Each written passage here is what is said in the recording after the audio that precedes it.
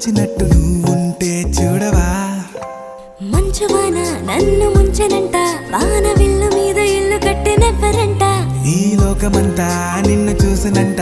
ఏ దిష్టి నిన్ను తాకకుండా ఇంటిలోన దాచుకుంటా రంగు రంగు తార నుండి తొంగి తొంగి ఒక్కసారి చూస్తున్నా ఏంటిలా ఆ పైన లేని వెన్నెలంత నేల మీదకొచ్చినట్టు నువ్వు